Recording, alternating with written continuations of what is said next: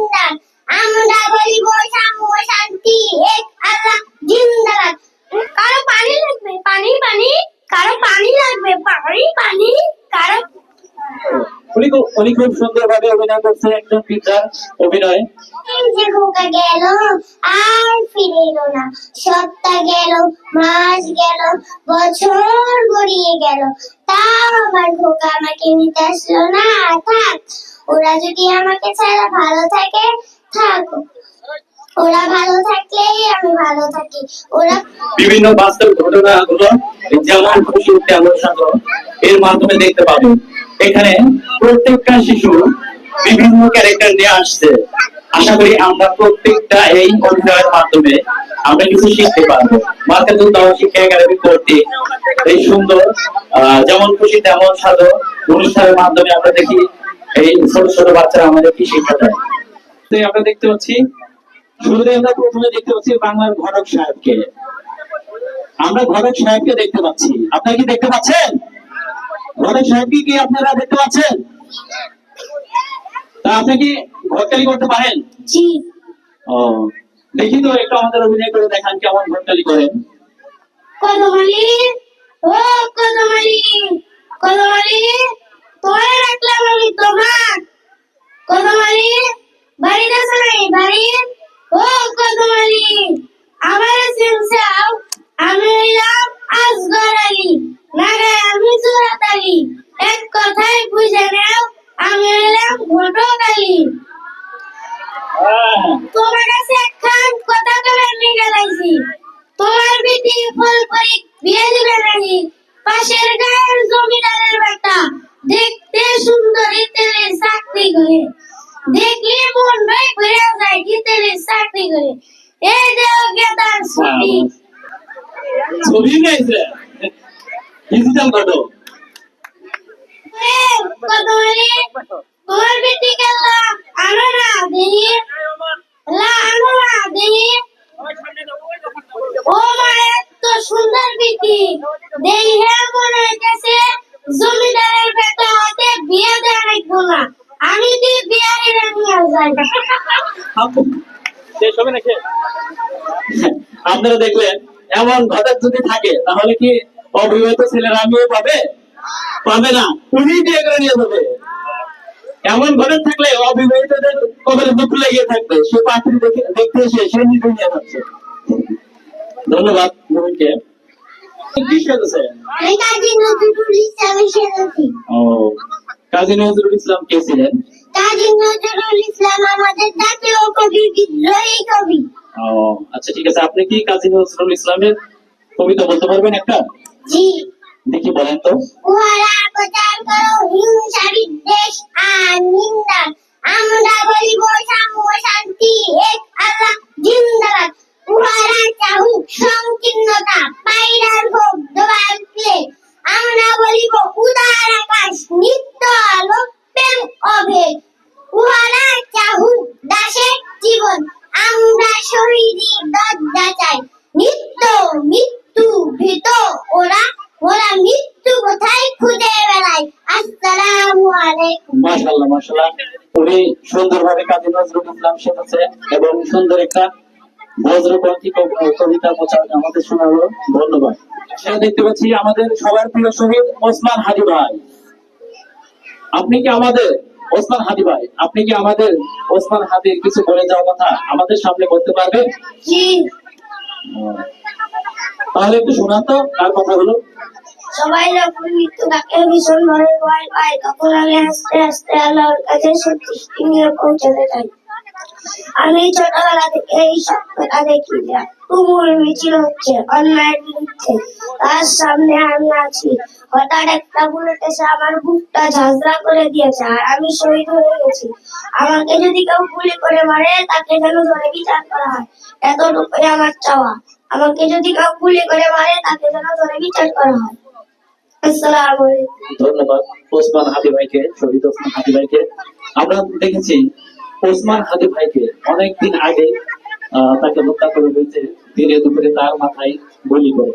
এখনো কিন্তু আমরা সেই ন্যায্য বিচার এখনো পাইনি। আমরা কি পেয়েছি? আমরা এখনো সেই হাদি হত্যার বিচার পাইনি। আজ অনেক দিন হয়ে গেল আমরা হাতে তার বিচার পাইনি। আমরা তার বিচার কামনা করছি অতি দ্রুত, ঠিক কিনা? এখন সম্মানিত উপস্থিতি, আমরা দেখতে পাচ্ছি মঞ্চের উত্তর পাশ দিয়ে আমাদের হাজিদের একটা কাফেলা প্রবেশ করতেছে। আজকের অনুষ্ঠানের বিশেষ আকর্ষণ, আজকের অনুষ্ঠানের বিশেষ আকর্ষণ আপনারা দাঁড়ান ওখানে। মাশাআল্লাহ, আল্লাহ কবুল করুন। ওখানে দাঁড়ান। এরপরে আবু সাইদ, যার রক্তের বিনিময়ে আমরা আজকের এই নতুন বাংলাদেশ পেয়েছি নতুন প্রজন্ম, পেয়েছি নতুন স্বাধীনতা। আর সেই অংশ হলো আমাদের আবু সাইদ ভাই, যার রক্তের বিনিময়ে আমরা নতুন বাংলাদেশ পেয়েছি। তো আবু সাইদ ভাই, আপনি কি কিছু বলতে পারবেন? দেখি বলেন তো।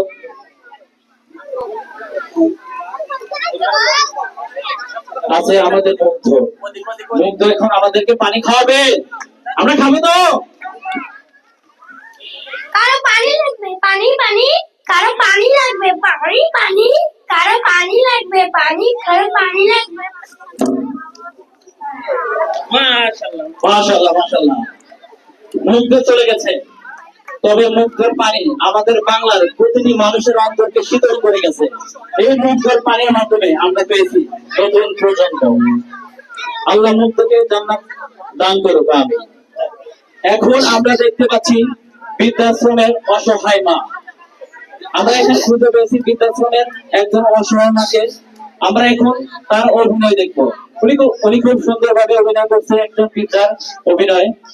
খোকা বলেছিল, মা আমি সপ্তাহখানিক তুমি এখানে থাকো, আমি সপ্তাহখানিক পরে সে তোমাকে নিয়ে যাব। সেই যে খোকা গেল, আর ফিরে এলো না। সপ্তাহ গেল, মাস গেল, বছর গড়িয়ে গেল, তাও আমার খোকা আমাকে নিতে আসলো না। থাক, ওরা যদি আমাকে ছাড়া ভালো থাকে, থাকো। ওরা ভালো থাকলেই আমি ভালো থাকি, ওরা খুশি থাকলেই আমি খুশি থাকি। আসসালামু আলাইকুম। ধন্যবাদ বৃদ্ধাশ্রমের মাকে। ভালো বা খারাপ, অন্ধ বা কালা ন্যাংরা যেমনই হোক, সন্তান কিন্তু মায়ের কাছে কখনো বোঝা হয় না। কিন্তু আমাদের এই বর্তমান সমাজে আমরা দেখতে পাচ্ছি এক শ্রেণীর শিক্ষিত মানুষ মা বাবাদেরকে বৃদ্ধাশ্রমে রেখে আসে, ঠিক কিনা? বৃদ্ধাশ্রমে রেখে আসে না, এরকম শিক্ষিত ছেলে আছে কি নাই? আছে। তাদের রাস্তার পাশে চলে আসে। কিন্তু এই সকল মা বাবার কাছে সন্তান যদি ন্যাংরা ঘোড়া অসুস্থ হয়, কখনোই কিন্তু বোঝা হয় না। হ্যাঁ, হায় রে কপাল। আর এই শিক্ষিত জাতি এখন মাকে বৃদ্ধাশ্রমে রেখে আসে। এখন দেখতে পাচ্ছি আমরা মুক্তিযোদ্ধার মাকে। মুক্তিযোদ্ধার মা কি বলতে চাই আমরা সেটা শুনবো। তোমরা কি আমার খোকাকে দেখেছো? তুমি কি আমার খোকাকে দেখেছো? তোমরা কি আমার খোকাকে দেখোনি? সে যে 1971 সালে যুদ্ধে খোকাটা বেরিয়ে গেল, আর পেল না ফিরে। খোকা খোকা। ধন্যবাদ মুক্তিযোদ্ধা মাকে। আল্লাহ পাচ্ছি ফিলিস্তিনের আহত শিশু। ফিলিস্তিন, বাচ্চাদের রক্ত রক্ত দেহ, ক্ষুধার্ত চাহনি। প্রবাসী, তোমাদের কি আমাদের জন্য কষ্ট হয় না? আমরা কি তোমাদের সন্তান না? আমাদের কষ্টই কি তোমাদের বুকে ব্যথা হয় না? ক্যারেক্টার দেখবো, দেখতে পাচ্ছি তারা কত কষ্টে জীবনযাপন করছে। আমাদের চলতে পথে রাস্তাঘাটে আমরা এইরকম অনেক অসহায় বাচ্চাদের দেখতে পাই রাস্তার ধারে। তোমরা কি আমাদের কিছু বলতে চাও শীতার্ত পথ শিশু? জি। দেখি বলো তো কি বলতে চাও। আমরা হচ্ছে পথ শিশু। এই শীতে পোশাকের অভাবে আমাদের অনেক কষ্ট হয়। যদি আপনারা উপকার করতেন তাহলে খুবই ভালো হতো। আসসালামু আলাইকুম। ধন্যবাদ। আমরা আশা করি যে সকল অসহায় পথ শিশু রাস্তার ধারে ঘুরে বেড়ায় তাদেরকে আমরা সহযোগিতা করবো। শীতের একটা মৌসুম গেল, অনেক বাচ্চা কাচ্চা দেখা যায় রাস্তার ধারে অসহায় ভাবে জীবনযাপন করছে। তাদের শরীরে নেই কোনো গরম পোশাক, নেই কোনো আহার। আমরা ইনশাআল্লাহ এই সকল পথচারী শিশুদের পাশে দাঁড়াবো ইনশাআল্লাহ। এবার আমরা এক আহত মাইলস্টোন স্কুলের শিশুর বক্তব্য শুনবো, দেখি সে আমাদের কি বলে। বলো। মা আমি চলে গেলাম, তুমি কোথায়? আমি চলে গেলাম, আমাকে বাঁচাও, তুমি কোথায়? মা আমি চলে গেলাম। দেখতে পাচ্ছি জুলাই যোদ্ধা, জুলাই যোদ্ধাকে দেখতে পাচ্ছি। সে কিন্তু হাড়ি পাতিল কড়াই এগুলো নিয়ে জুলাইয়ের ময়দানে উপস্থিত হয়েছে। কড়াই যোদ্ধা, এটা হচ্ছে কড়াই যোদ্ধা। এইরকম কড়াই যোদ্ধা আছে বিধায় আমাদের বাংলাদেশ আজ নতুন বাংলাদেশ পেয়েছে, ঠিক না? আপনারা হয়তো দেখেছেন, নেটে দেখেছেন, 1 জুলাই যোদ্ধা এরকম সে মাথায় কড়াই নিয়ে যুদ্ধে নেমে পড়েছে, আমরা সবাই দেখেছি। কথা আছে? বলো।